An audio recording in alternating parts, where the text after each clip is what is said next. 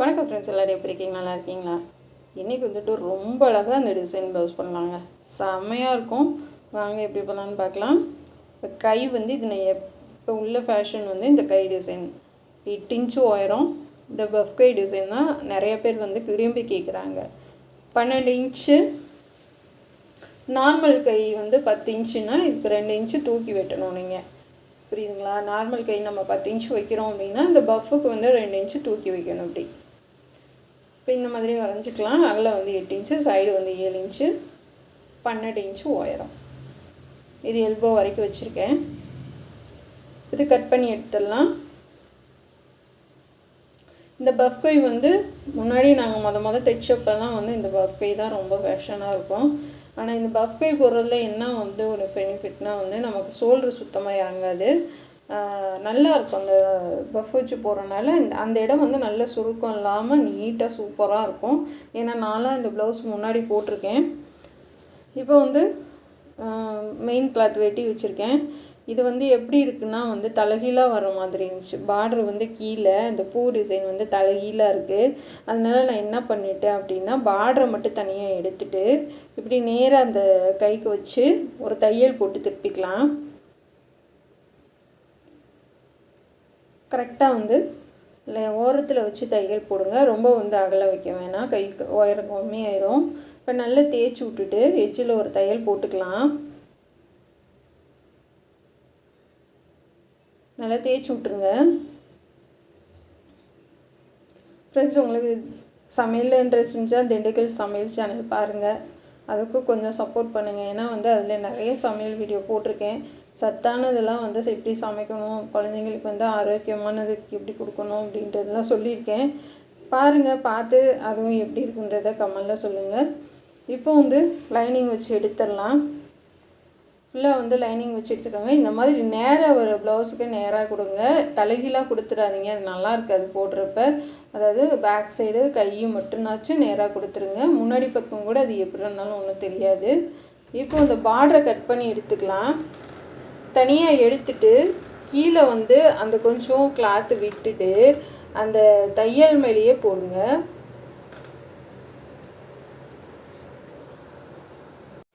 நல்லா எட்ஜிலே வச்சு தையல் போட்டுக்கோங்க.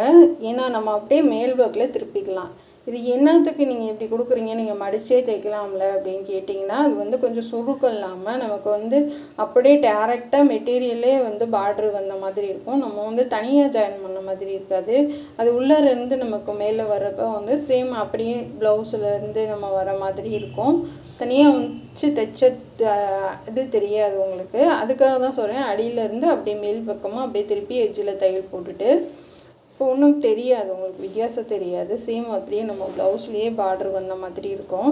இப்போ மேலே மடித்து ஒரு தையலை போட்டு விட்டுறலாம். ஏன்னா இந்த மாதிரி கிளாத்தில் வந்து உங்களுக்கு தையல் வந்து தெரியாது. ஆனால் சேம் கலர் நூல் போட்டிங்கன்னா சுத்தமாக தையல் போட்டதே தெரியாது.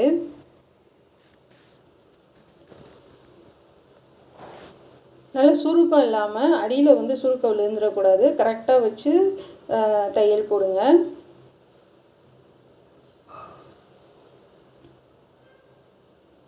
இந்த பஃப் கை வந்து ரொம்பவே சூப்பராக இருக்கும். இப்போ நமக்கு சுத்தமாக ஷோல்டர் இறங்காது. எவ்வளோ வேலை செஞ்சாலும் கையும் மேலே ஏறாது, ஷோல்டரும் கீழே இறங்காது. ஏன்னா இந்த ப்ளவுஸ் இந்த கை டிசைன் வச்சு போட்டவங்களுக்கு தான் தெரியும் இதோடது. இப்போ 2 சைடு கட் பண்ணி விட்டுறலாம். இப்போ சூப்பராக வந்துடுச்சு பாருங்கள். இப்போ நம்ம எப்பயும் போல் கையோட அளவு வச்சு தையல் போட்டுக்கோங்க. எப்பயுமே வந்து ஓரத்தில் ஃபஸ்ட்டு தையல் போடுங்க, அதுக்கு அடுத்தடுத்து அதை தையல் போடுங்க. எடுத்ததுமே வந்து ஃபஸ்ட்டு போட வேணாம். ஒரு கை தைச்சி கரெக்டான அளவு ப்ளவுஸ் வச்சு ஒரு கை வந்து நீங்கள் அடையாளப்படுத்திட்டிங்கன்னா அதே கையை வச்சு இதுக்கு அடையாளப்படுத்திடுங்க. ஏன்னா ப்ளவுஸோட சில நேரம் வந்து கம்மி பண்ண சொல்லுவாங்க, சில நேரம் கூட்டி வைக்க சொல்லுவாங்க. நம்ம ஒரு கைக்கு வந்து கரெக்ஷன் பண்ணிட்டோம் அப்படின்னா அடுத்த கைக்கு அதே அளவு வச்சு மார்க் பண்ணிக்கோங்க. இப்போ 2 கையும் நமக்கு வேலை முடிஞ்சு பரட்டிடலாம். இந்த மாதிரி பார்டர் வந்து தலைகீழாக கொடுக்குற டிசைனுக்கு வந்து இந்த மாதிரி கட் பண்ணிவிட்டு நம்ம 2 பக்கமும் ஒரே மாதிரி வச்சிடலாம். அதே மாதிரி பேக் சைடும் நான் கரெக்டாக நேராக வர மாதிரி தான் கட் பண்ணியிருக்கேன். இப்போ பின்னாடி நெக்கு வந்து நான் 3.5 இன்ச் வைக்கிறேன். 3.5 இன்ச் நெக்கோட உயரம். அகல வந்து எப்பயும் போல் 4 இன்ச்சு. கீழ் ஒயரை வந்து 6 இன்ச் வைக்கிறேன். ரொம்ப லோ நெக் வைக்கல, ஏன்னா காலேஜ் பொண்ணுங்கன்றதுனால நான் ரொம்ப லோ நெக் வைக்கலை. ஏன்னா கொஞ்சம் நம்மளை மாதிரி இருக்கவங்க கூட கொஞ்சம் லோவாக போடுங்க, பிள்ளைங்க வந்து கொஞ்சம் சங்கடப்படுவாங்க இல்லையா. இப்போ நான் நெக்கு வரைகிற மாதிரி நீங்கள் வரைஞ்சிக்கோங்க.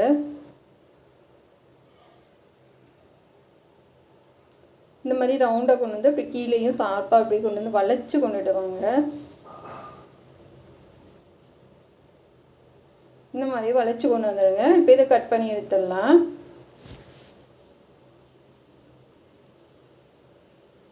அதாவது வந்து தனியாக வந்துடக்கூடாது நெக்கு, அந்த இடத்துல மட்டும் கொஞ்சம் ஒட்டி இருக்க மாதிரி பார்த்துக்கோங்க. இப்போ கீழே மட்டும் கட் பண்ணி எடுத்துடலாம். லைட்டாக மட்டும் அப்படியே வளைச்சிட்டு அந்த இடம் வந்து ஒட்டி இருக்க மாதிரி பார்த்துக்கோங்க. ஏன்னா வந்து தனியாக நம்ம கட் பண்ணிட்டோம்னா வந்து அந்த ஷேப் வந்து அகண்டு போயிடும். நம்ம லைனிங் கிளாத் வைக்கும் போதோ இல்லை தைக்கும் போதோ அது அகண்டு போயிடும், அப்போ நல்லா இருக்காது. அதனால் வந்து அது அந்த இடத்துல கட் பண்ணாமல் நம்ம கீழே கட் பண்ணிவிட்டு நம்ம தைச்சிட்டு அதுக்கப்புறம் கட் பண்ணிக்கலாம். இந்த மாதிரி ஒட்டி வர மாதிரி பார்த்துக்கோங்க. ரொம்ப நெக்கு லோ வைக்கல, சின்னதாக தான் வச்சுருக்கேன். இப்போ ஒரு தையல் போட்டுக்கலாம். அப்படியே ரவுண்டாக கொண்டு வந்துடுங்க. 1/4 இன்ச்சில் பாதி மட்டும் தையல் போடுங்க, ரொம்ப பட்டையாக போட வேணாம்.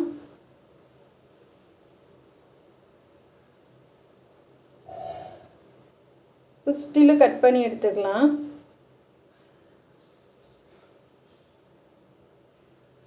இப்போ சென்டர்லேயும் அழகாக கட் பண்ணி எடுத்துருங்க.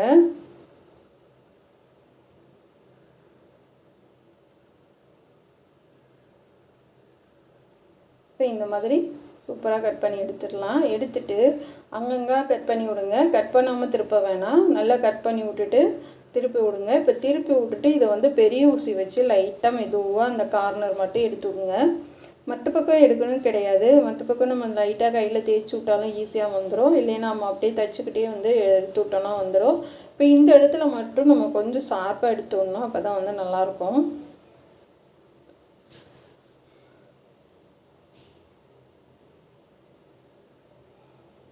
இப்போ நல்லா ஷார்ப்பாக எடுத்து விட்டுட்டு தைக்க ஆரம்பிங்க.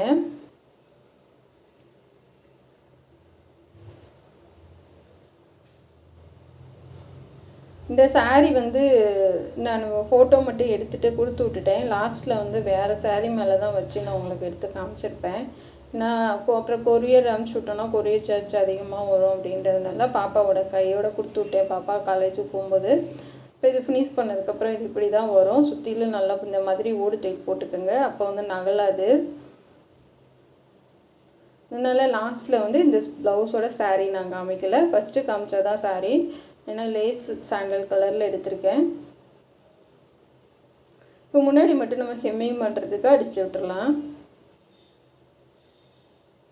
நல்ல முன்னாடி ஹெம்மிங் பண்ணுறதுக்குமே வந்து இந்த மாதிரி நல்லா கட் பண்ணி விட்டு தைச்சிங்கன்னா திருப்பி நம்ம வந்து 2 தையல் போடும்போதும் சரி, நம்ம எஜ்ஜில் தையல் போடும்போதும் சரி, உங்களுக்கு கழுத்து வந்து சுருக்கம் இல்லாமல் நீட்டாக வரும், நல்லா படிஞ்சிருக்கும். கட் பண்ணாமல் வந்து இந்த மாதிரி தைக்காதீங்க. எப்பயுமே வந்து இந்த மாதிரி ஹெம்மிங்க்குன்னா முன்னாடி பின்னாடிக்கு கட் பண்ணி விட்டுட்டு தைங்க. அதே மாதிரி இந்த பிசுரையும் கண்டிப்பாக கட் பண்ணி விடுங்க, அப்போ தான் வந்து நமக்கு ரொம்ப கனமாக இருக்காது கழுத்து, இல்லைன்னா அறுக்கிற மாதிரி இருக்கும். திருப்பி எஜ்ஜில் தையல் போடுங்க.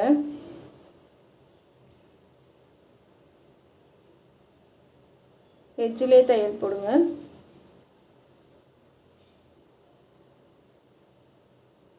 இப்போ போட்டாச்சு, போட்டுட்டு நூலை கட் பண்ணி எடுத்துடலாம். இப்போ கை வந்து ஜாயின் பண்ணலாம். கை ஜாயின் பண்ணும்போது அடிப்பக்கம் வந்து ஆங்கோலும் கையோட அடிப்பகுதியும் சேமாக இருக்க மாதிரி பார்த்துக்கோங்க. நான் நேர்த்தையில் அதிகம் போட மாட்டேன், ஏன்னா வந்து எனக்கு ரவுண்டாக தைக்கிறது தான் பிடிக்கும். அதே மாதிரி என் கஸ்டமருக்கும் ரவுண்டாக தான் தைச்சி தருவேன். என்ன காரணம் அப்படின்னா, நமக்கு வந்து இடுப்பு டைட்டாக இருந்தால் இடுப்பு பிரித்து விட்டுக்கலாம், கை டைட்டாக இருந்தால் கை பிரித்து விட்டுக்கலாம். 2 சேர்ந்தாப்படி இப்போது கை டைட்டாக இருக்குது, உங்களுக்கு இடுப்பு கரெக்டாக இருக்குன்னா கையை பிரித்து விட்டிங்கன்னா சேமாக எல்லாமே லூஸ் ஆயிரும். அப்போ மறுபடியும் நம்ம டெய்லர்கிட்ட கொண்டு போகணும், கொஞ்சம் இடுப்பு கொஞ்சம் தையல் போட்டுவிடுங்க அப்படின்னு சொல்லிட்டு. அதனால் வந்து இந்த மாதிரி ரவுண்டு தையல்னால் மேக்ஸிமம் ஆம்கோல் வந்து நமக்கு பெருசாகாது. ஆம்கோல் கை வந்து உங்களுக்கு அதிகமாக பெருசாக வாய்ப்பு இல்லை, ஏன்னா ஆரம்பத்தில் நம்ம கட் பண்ணுற அளவு தான். கையும் இடுப்பும் தான் நமக்கு பத்தாமல் போகும். இப்போ வந்து நீங்கள் சென்டர், அதாவது ஷோல்டருக்கு இந்த பக்கம் 1 இன்ச்சும் இந்த பக்கம் 1 இன்ச்சும் ஃப்ளீட்ஸ் வைக்க ஆரம்பிச்சுட்டு கரெக்டாக நம்ம அடையாளப்படுத்துறது ஷோல்டருக்கு நேராக வர மாதிரி பார்த்துக்கோங்க.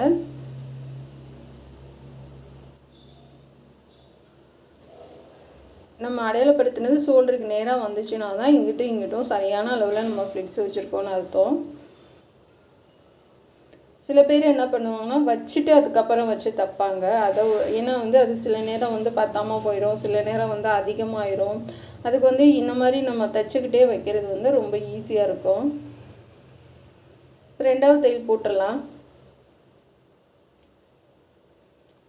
கண்டிப்பாக இந்த மாதிரி மெட்டீரியலுக்கு வந்து 2 தையல் இல்லைன்னா 3 தையல் போடுங்க. இந்த மாதிரி கரெக்டாக வரணும் உங்களுக்கு. அதாவது சென்டரில் ஷோல்டரும் இங்கிட்டும் ஃப்ளிட்ஸ் வந்து ஈவனாக வரணும்.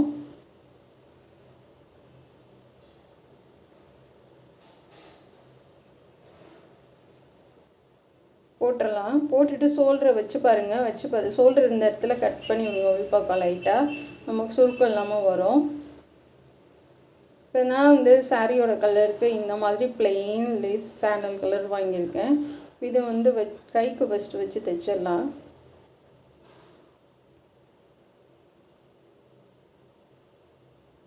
இப்போ கை வந்து நமக்கு கண்டே பிடிக்க முடியாது, பார்டர் வந்து தனியாக வச்சோணும். இந்த லேஸ் வச்சதுக்கப்புறம் பாருங்கள் நீங்களே.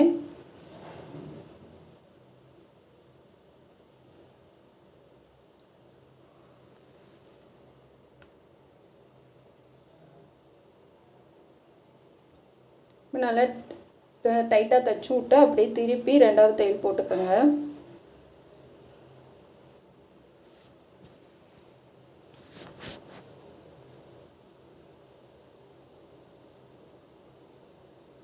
நூல் மாற்றிக்கோங்க. கண்டிப்பாக வந்து என்ன கலர் லேஸ் வைக்கிறீங்களோ அதுக்கேற்ற மாதிரி நூல் மாற்றிக்கோங்க. அப்போ தான் நல்லாயிருக்கும். ஏன்னா வந்து சில லேஸ்க்கு வந்து நமக்கு என்ன நூல் போட்டாலும் தெரியாது, சிலதுக்கு வந்து நமக்கு வந்து கலர் சேஞ்ச் பண்ணலைன்னா தெரியும்.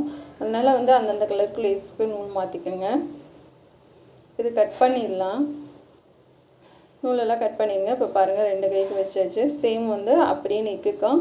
ஆனால் நெக்குக்கு வந்து நம்ம அப்படியே வைக்க முடியாது, லைட்டாக அப்படியே நகட்டி விட்டு நம்ம ஃப்ளிட்ஸாக வைக்கலைனாலும் இந்த மாதிரி கொஞ்சம் லைட்டாக தள்ளி விட்டு நீங்கள் வந்து தைச்சிட்டு அப்படியே அந்த கழுத்தையும் கொஞ்சம் இழுத்து பிடிச்சிட்டு தைச்சிங்கன்னா உங்களுக்கு சுருக்கம் இல்லாமல் நீட்டாக வரும். அப்படி இல்லைன்னா வந்து அந்த இடம் வந்து உங்களுக்கு சுருக்கமாக இருக்கும். நம்ம போட்டாலுமே அந்த லேஸ் வந்து பிரிஞ்சிட்டு வர வாய்ப்பு இருக்குது. அதனால் வந்து லைட்டாக குட்டி குட்டியாக நகட்டி விட்டு அப்படியே வச்சுட்டு வாங்க.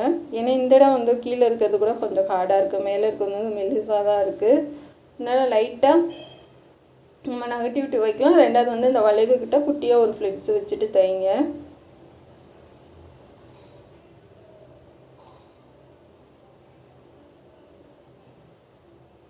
அதே மாதிரி இந்த கார்னர்கிட்ட அழகாக மடித்து கொடுங்க.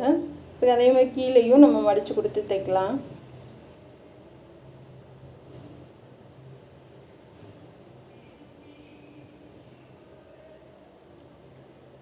இதுக்கு வந்து நம்ம 2 விதமாக பண்ணலாம். ஷோ பட்டன் வச்சும் பண்ணலாம், அது இல்லாமல் நம்ம வந்து லேஸ் நாட்டு வச்சும் நம்ம கோல்டன் கலரில் சாண்டல் கலரில் நாட்டு அடித்து திருப்பியும் அப்படியும் பண்ணலாம். அதனால் வந்து லாஸ்ட் வரைக்கும் பாருங்கள்.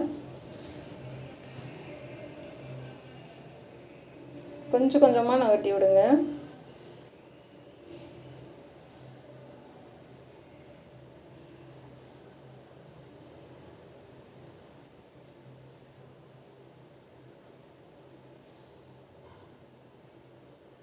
இப்போ முன்னாடி வரைக்கும் வச்சிடலாம்.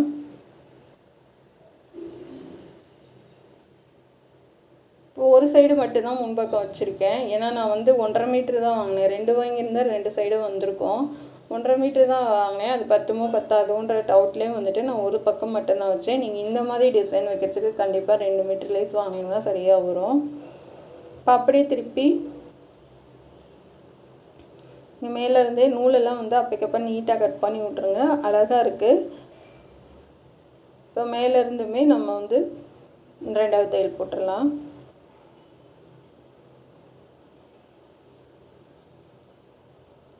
நான் வந்து ஃபாஸ்ட்டாக போடலை, உங்களுக்கு புரியணுன்றதுக்காக தான் வந்து ரொம்ப ஸ்லோவாக சொல்லி கொடுக்குறேன். நீங்களும் கற்றுக்கணும் அப்படின்றதுக்காக. ஏன்னா சின்ன சின்ன விஷயந்தான் வந்து அந்த ஒரு இடத்துல மாற்றுற மாதிரி இருக்கும். அதெல்லாம் மாற்றி நீங்கள் சரியாக தைக்க ஆரம்பிச்சிட்டிங்கன்னா உங்களுக்கு வந்து ரொம்ப ப்ளவுஸ் அழகாக வந்துடும். அப்புறம் இதுலேயே இந்த சேனல்லே வந்து நான் உங்களுக்கு ஃபுல் ப்ளவுஸ் ஸ்டிச்சிங்கும் போட்டிருக்கேன் பாருங்கள். அது ஃபுல்லாக ஒரு ப்ளவுஸ் இப்படி தான் தைக்கணுன்றதும் சொல்லி கொடுத்துருக்கேன். முன்னாடி வந்து ஸ்டார் நெக்கு, பின்னாடி வந்து பால் நெக், அதாவது வந்து முன்னாடி வந்து பால் நெக்கு, பின்னாடி ஸ்டார் நெக் வச்சு ஃபுல் ப்ளவுஸ் தைக்கிறதுக்கு சொல்லி கொடுத்துருக்கேன் பாருங்கள். இப்போ இது மேலே வரைக்கும் தையலை கொண்டுட்டு போயிட்டு அப்படி கீழே வாங்க. ஏன்னா மேலே இருக்கிறதும் நமக்கு வந்து தையல் விழுகணும். அதனால நான் கைக்கு ரவுண்டாக ஹெம்மிங் பண்ணுவேன். மேலே அந்த இது ஆம்கோல் ரவுண்டு ஃபுல்லாக ஹெம்மிங் பண்ணி விடுங்க. அப்போ வந்து அந்த இது தையல் பகுதி வந்து இந்த பக்கம் கழுத்தை பார்த்து வராமல் அப்படியே உள்ளே போகிற மாதிரி இருக்கும். இந்த மாதிரி ஷோ பட்டன் வச்சும் பண்ணலாம். பாருங்கள் நெக் எவ்வளோ அழகாக இருக்குன்னு. நான் வந்து இப்போ கடைசியாக என்ன பண்ணிட்டேன், சரி இப்போ பிள்ளைங்க விரும்பி நாட்டு போகிறாங்க அப்படின்ட்டு நாட்டு தைச்சிட்டேன். நான் பட்டன் பண்ணி முடிச்சுட்டு நாட்டு தைச்சிட்டு அந்த பட்டன் எடுத்துகிட்டு நீங்கள் இந்த மாதிரி பண்ணலாம். 2 விதமாக பண்ணலாம். இது வந்து அலுமினியம் பட்டன் பண்ணிவிட்டு வந்து சுற்றிலும் மெட்டீரியலில் தைச்சி விடுங்க. நான் நிறைய வீடியோவில் வந்து இந்த பட்டன் செய்யறது போட்டிருக்கேன். இப்போ வந்து கிராஸ் பீஸ் எடுத்திருக்கேன். ஒரு தையல் போட்டு திருப்பிடலாம்.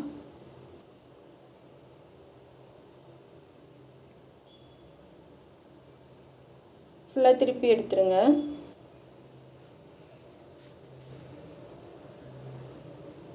சன்னமாகவே கட் பண்ணிக்கோங்க, ரொம்ப அகலம் வேணாம். ஊசியை வெளியில் எடுத்துட்டு முறுக்கி தைங்க.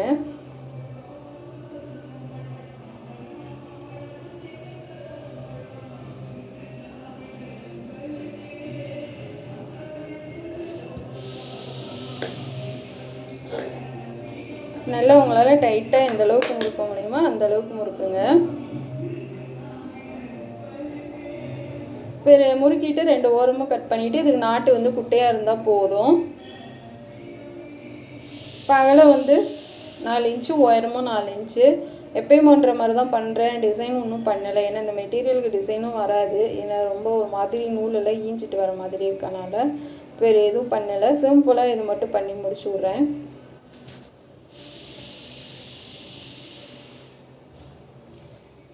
இப்போ அதுக்கு மேலே 2வது வச்சிடலாம். இதுக்கு துணியும் மிச்சமாகலை. ஏன்னா பிரின்சஸ் கட்டுன்றதுனால கரெக்டாக இருந்துச்சு. கொஞ்சம் கூட மிச்சம் எக்ஸ்ட்ரா இல்லை. இது 2 பீஸு கொடுக்குற அளவுக்கு தான் நமக்கு மெட்டீரியல் வந்து இருந்தது.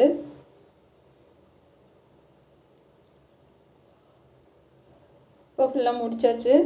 2 நாட்டு முடிச்சிட்டேன். இதை வச்சு தைச்சி விட்டுறலாம். சும்மா நீங்கள் எப்பயும் போல் அப்படியே வச்சு தைச்சி விட்ருங்க.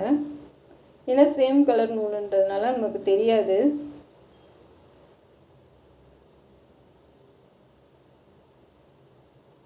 இந்த மாதிரி சிம்பிளாக கேட்குறவங்களுக்கு சிம்பிளாகவும் இருக்கும், ரொம்ப அழகாகவும் இருக்கும். கண்டிப்பாக வந்து நீங்களும் இது மாதிரி ட்ரை பண்ணுங்கள். ரொம்ப சூப்பராக இருக்குது. எனக்கு ரொம்ப பிடிச்சிருக்கு. உங்களுக்கு ரொம்ப பிடிச்சிருக்கான்றதை கமெண்ட்டில் சொல்லுங்கள். இதை தான் கை நான் சொன்ன மாதிரி வேறு சாரீ தான் போட்டு காமிச்சிருக்கேன். சாரியை கொடுத்து விட்டுட்டேன். இது சாரீ வந்து ஃபஸ்ட்டு காமிச்சிருக்கிறதா இந்த சாரியோட இந்த ப்ளவுஸோட சாரீ. கண்டிப்பாக உங்களுக்கு பிடிக்கும்னு நினைக்கிறேன். இப்போ நாட்டு வச்சதுக்கப்புறம் பாருங்கள் எவ்வளோ அழகாக இருக்குன்னு. கண்டிப்பாக இந்த கை டிசைன் வந்து ரொம்ப சூப்பராக இருக்கும். ட்ரை பண்ணி பாருங்கள். பிடிச்சிருந்தால் சப்போர்ட் பண்ணுங்கள், சப்ஸ்கிரைப் பண்ணுங்கள். நம்ம சேனல் பார்க்குறதுக்கு நன்றி. அப்படியே கொஞ்சம் திண்டுக்கல் சமையலும் பாருங்கள்.